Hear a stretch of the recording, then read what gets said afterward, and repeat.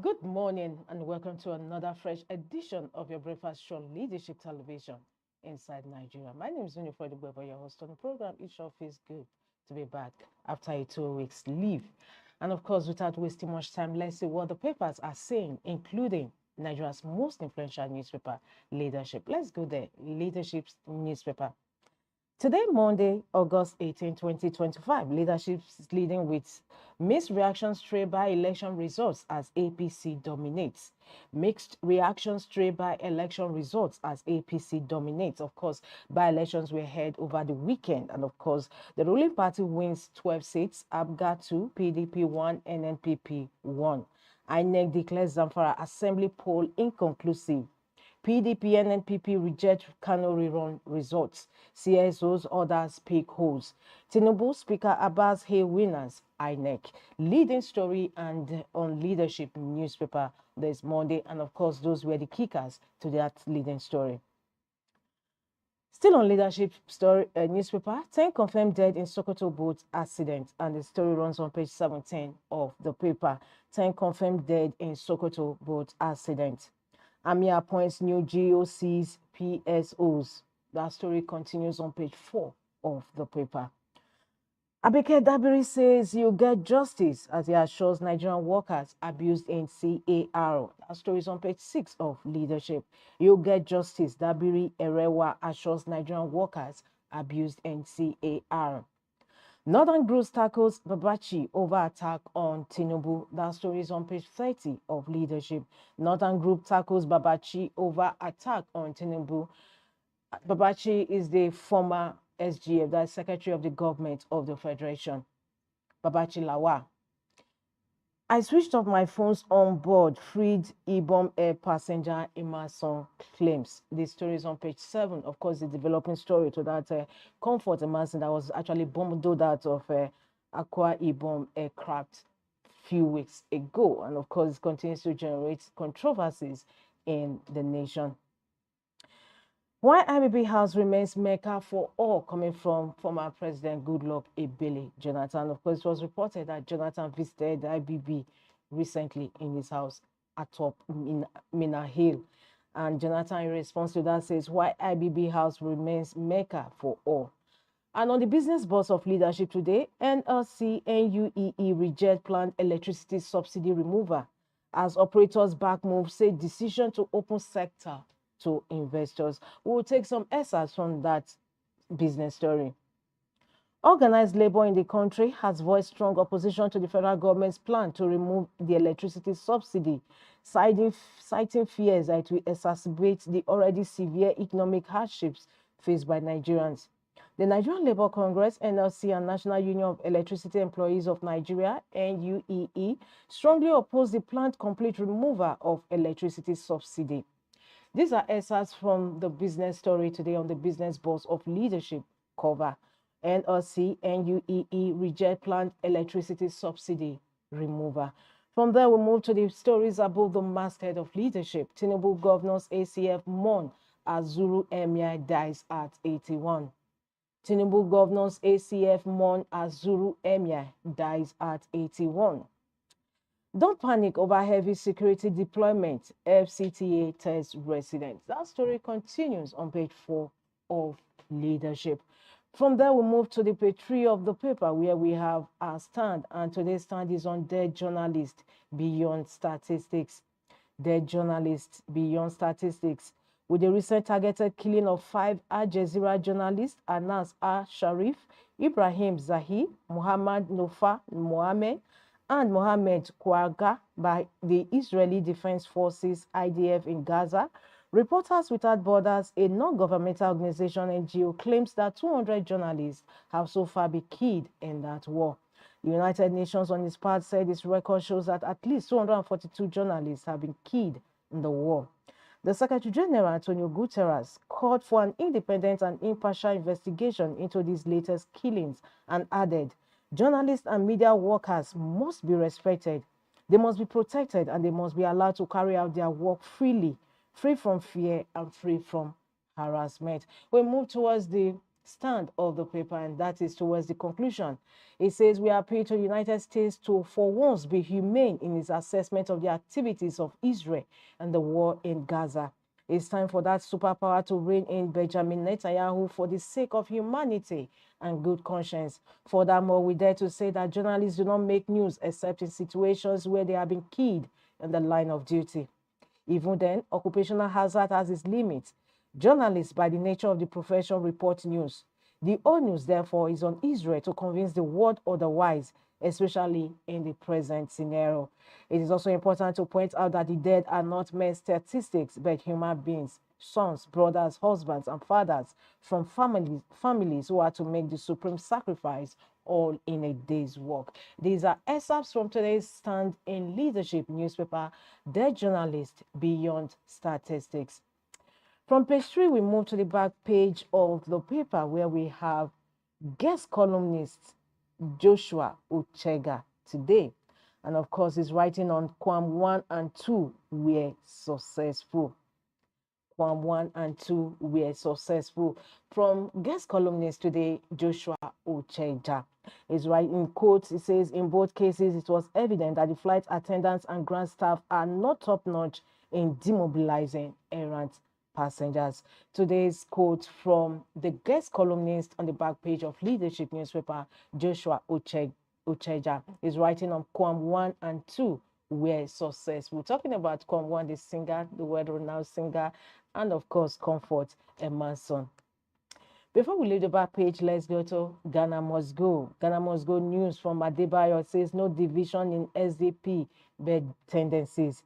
And of course, Ghana Must Go replied, is it multiplication then? Of course, that is a question for Adebayo to answer to. It's on that note we conclude review of Leadership newspaper this Monday, August 18, 2025. For more, don't forget to log into the website of Leadership newspaper. We move ahead to the next paper we have on our lineup this Monday, and that is The Guardian. The Guardian is talking business. On its main headline story today, it says, over 10 banks insurance risks forced merger in race for new capital. Over 10 banks insurance risks forced merger in race for new capital. That story continues on page 6 of The Guardian. However, they have illustration as usual to capture the story. Road to 2026 recapitalization, and it says Nigeria may witness fewer banks by March 31, 2025. As Tier 1 banks scale the hurdle, others explore different measures to bridge capital shortfall. We have Zenith Bank 614.65. We have First Bank 398.04. We have 594.40. We have Zenith again 346.30. We have UBA 115.82. We have EcoBank 353.51. We have Fidelity 305.56. FCMB 266.23. Sterling 1556.98. Keystone 109.26, and others in the illustration. Beneath the leading story on The Guardian this morning, over 10 banks insurance risk forced merger in race for new capital. Gracing the cover of The Guardian, we have other stories as well. COAS reshuffles, appoints new PSOs, GOCs, other commanders. Kebbi government announces Zulu monarch's passing in London hospital. Kebbi government announces Zulu monarch's passing in London hospital. Same leading story on Leadership newspaper this today, Monday. By-elections, opposition's fragility exposed as APC tightens hold with 12 of 16 seats. Afe Babalola canvasses better education sector to check insecurity. That story runs on page 7 of The Guardian. EFCC NIS deport 42 cyber criminals, 150 to follow. And that takes us to the stories just beneath the masthead of The Guardian. Serap 6 probe of pay to present motions, B's claim. Serap 6 probe of pay to present motions, B's claim.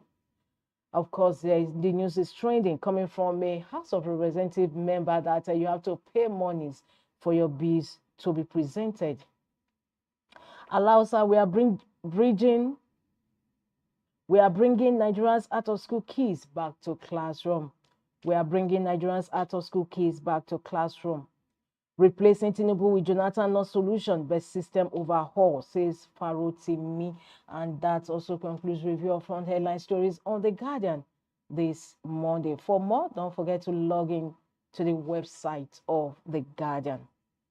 Moving ahead, we go to the THISDAY newspaper. THISDAY is talking about the by-elections that took place over the weekend. And it says by-elections results, APC sweeps 12 constituencies, ABGA 2, PDP 1, NNPP 1. Elected Tinubu rejoices, hails INEC for H-free polls, comments electorate for voting APC. The story runs on page 5 of THISDAY. Victory's endorsement of the president ruling party boast. ADC alleges intimidation, corruption. Labour Party says it's mockery of democracy, travesty of justice. PDP chief dismisses exercise as fraud. Kickers to the leading story on THISDAY newspaper this Monday. By-elections results. APC sweeps 12 constituencies, ABGA 2, PDP 1, NNPP 1. Same leading story on Leadership newspaper today.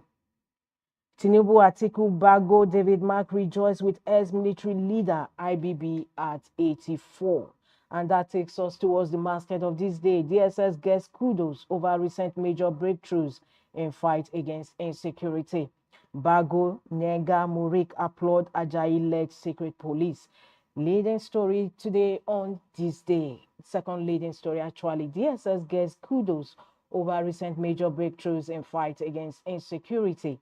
Bago, Nega, Murik applaud Ajayi-led secret police. From there, we move towards the masthead of this day, and that is above the masthead. Zenith Bank marks 35th anniversary, recognizes pioneer customers and long-serving staff.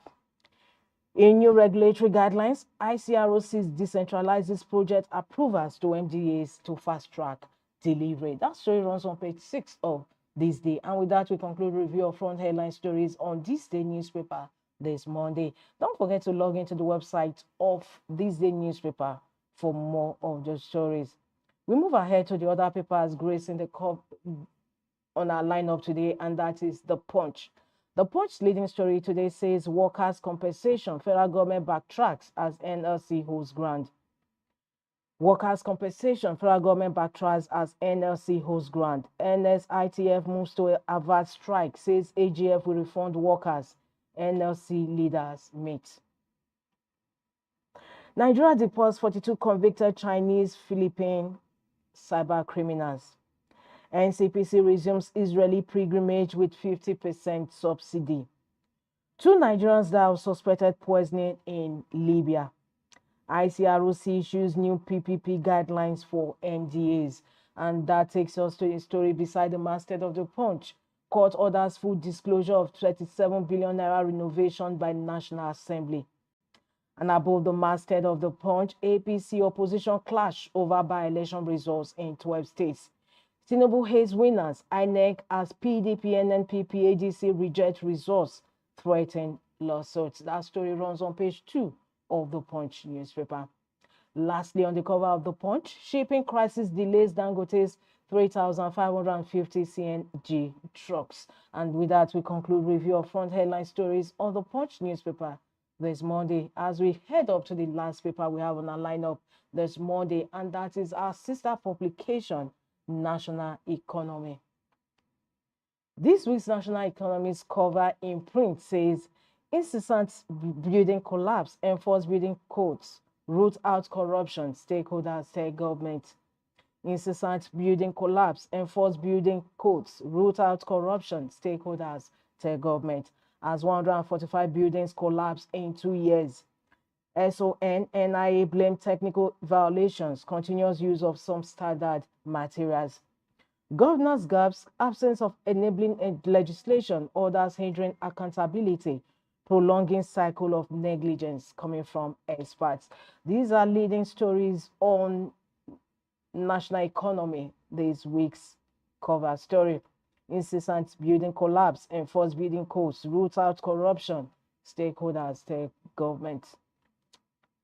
Carbon trading in Nigeria, opportunity or exploitation, is a question find answers to as the story continues on page 12 of National Economy. And above the masthead of National Economy, federal government to revoke over 1,000 dormant mining licenses. FROS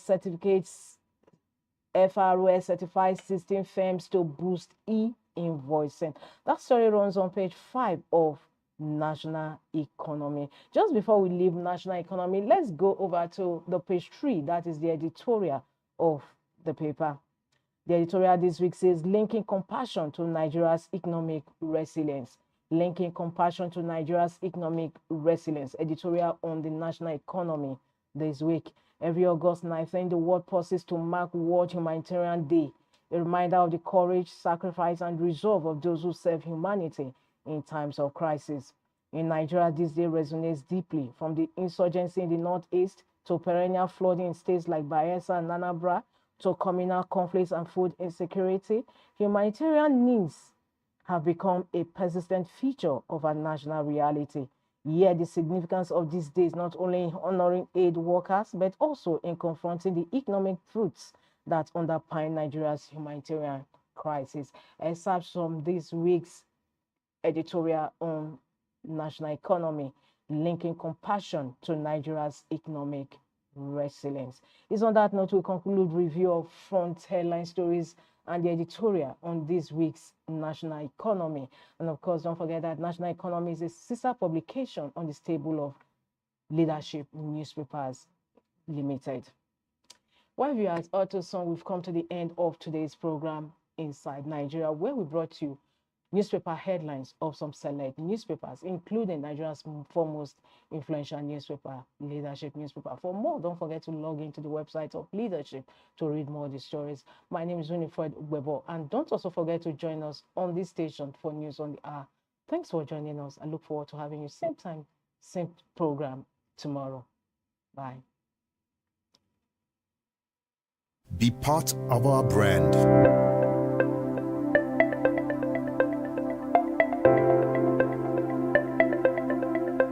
Leadership for God and country.